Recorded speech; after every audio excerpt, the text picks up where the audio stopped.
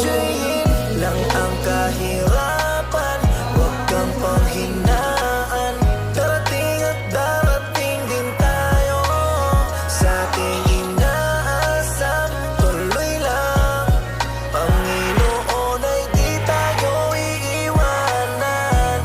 Magtiwala ka lang, di ka niya iiwanan. Basta magtiwala ka lang, di ka niya iiwanan.